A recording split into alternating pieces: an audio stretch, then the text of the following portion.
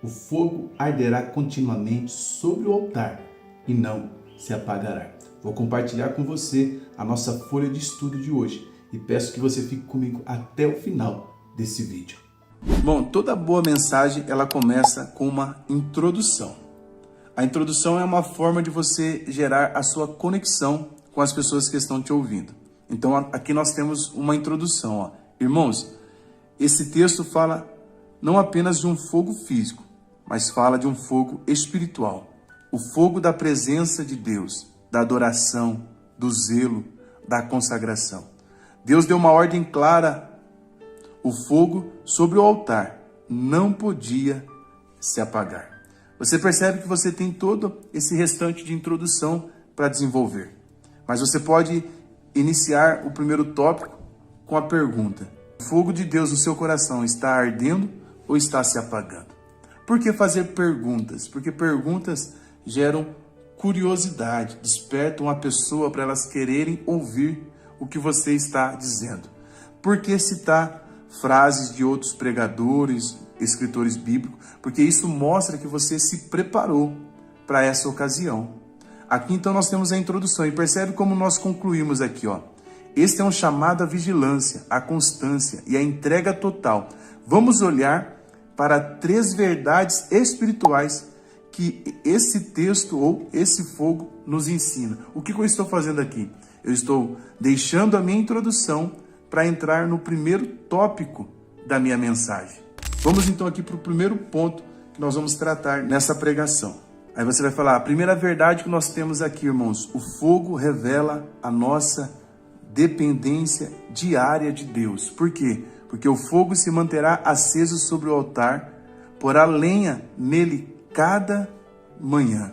Ó, Deus podia manter o fogo por um milagre contínuo, até porque foi Deus quem acendeu o fogo sobre esse altar. Acender o fogo foi obra de Deus. Manter o fogo aceso era obra e trabalho dos sacerdotes.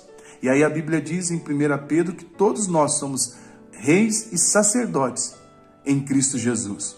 Ó, mas ele escolheu usar os sacerdotes e todos os dias eles tinham que acordar cedo, cortar lenha, limpar cinzas e alimentar a chama. Assim é a nossa vida espiritual. Você quer que o fogo continue queimando? Então, alimente-se da palavra todos os dias. Busque a face de Deus em oração antes que o mundo roube o seu foco. Faça da presença de Deus sua prioridade e não a sua última opção. Aqui, como fala de oração, você pode citar, por exemplo, Daniel. Daniel cuidava de mais de 120 cidades, mas a Bíblia diz que, mesmo assim, ele orava 3 vezes ao dia. O que isso nos ensina? Que às vezes não nos falta tempo, está nos faltando prioridade. E nós temos que entender a verdade de João 15, verso 5. Sem mim, vocês não podem fazer nada. Por isso faz sentido a frase de Martinho Lutero que diz: eu tenho tantas coisas para fazer hoje que não posso começar o meu dia sem orar ao menos 3 horas. Olha aqui, ó. A lenha precisa ser colocada a cada manhã. Sem isso, você vive de brasas velhas. E brasas velhas não pode sustentar o fogo novo. Aí você pode terminar esse texto dizendo assim, mas há uma segunda lição que esse texto está nos ensinando. Para você que já adquiriu o nosso material, Palavras que Tocam Vidas, o esboço que eu estou utilizando aqui hoje nessa aula, ele está aqui na pasta Fevereiro 26. Se você quiser adquirir, o link vai estar aqui no primeiro comentário fixado. O fogo consome o pecado e purifica o coração. Aí você cita o texto de Hebreus 12, 29. O nosso Deus é fogo consumidor. O altar era lugar de sacrifício. Cada vez que o povo trazia uma oferta, o fogo a consumia. Isso apontava para algo maior, a santidade de Deus, que consome tudo que é impuro em nós. Aí você pode citar exemplos. O fogo revela e remove as nossas más intenções, o orgulho escondido, os desejos carnais, as nossas zonas de conforto. Porque Romanos 12, 1, como nós já citamos, diz: ofereçam seus corpos como sacrifício vivo, santo e agradável a Deus. E o texto vai continuar: esse é o vosso culto racional. Aí você pode explicar, no Antigo Testamento, quem morria sobre o altar era o animal. Hoje não. O que tem que morrer nesse altar é o meu eu, é o seu eu, é o nosso ego. Foi por isso que Jesus disse assim: e quem quer vir após mim, negue-se a si mesmo, tome a sua cruz e me siga. Aí você pode avançar, ó. Há muita gente querendo fogo, mas sem subir no altar. Querem a presença, mas não querem renunciar. E por que eles não querem renunciar? Porque renunciar dói. Querem ser usados, mas não querem ser purificados. Só isso aqui já vale seu like, né? Você já deve ter dado like no vídeo, né, meu irmão? Né, minha irmã? Você já deve ter dado like no vídeo. Dá o like aí, tá bom? John Wesley dizia: dê-me 100 homens que não temam nada além do pecado e não ame nada além de Deus, e eu abalarei o mundo. Isso fala de santidade. Você quer mais de Deus?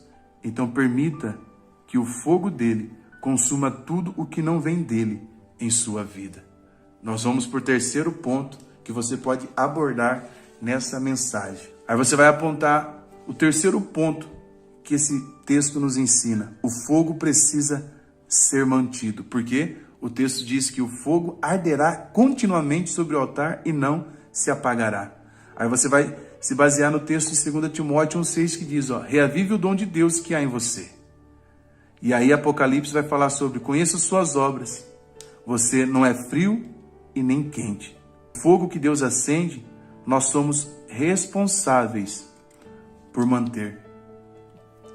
Você pode pegar o texto que há em Atos dos Apóstolos, que fala sobre o naufrágio de Paulo, onde ele chega numa ilha chamada Malta, e a Bíblia diz que os bárbaros ali acenderam uma grande fogueira. Só que a Bíblia diz que Paulo saiu pegar gravetos. Para quê? Para manter a fogueira acesa, porque chovia e estava frio. Se a fogueira se apagasse, eles corriam o risco de ficar doente ou morrerem de frio. Ou seja, Deus acendeu o fogo, mas cabe a mim e cabe a você a manter o fogo aceso. Ó, Pedro começou fervoroso, mas ao se afastar do fogo, de acordo com Lucas 22:5, terminou negando o mestre. Não podemos viver de experiências passadas. Fogo de ontem não sustenta nas batalhas de hoje. Meu Deus, está muito forte. Ó, fogo de ontem não sustenta a batalha de hoje. Quantos começaram cheios do Espírito e hoje estão mornos, indiferentes, distraídos, porque deixaram o altar cobrir-se de cinza. Mateus capítulo 25, verso 8 diz, as nossas lamparinas estão se apagando. Aí você pode trazer um alerta. Cristianismo morno é mais ofensivo a Deus que um ateísmo declarado.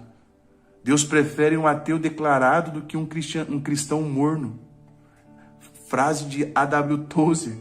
É tempo de reacender a chama. Não com técnicas, não com shows, mas com rendição, obediência e fome de Deus.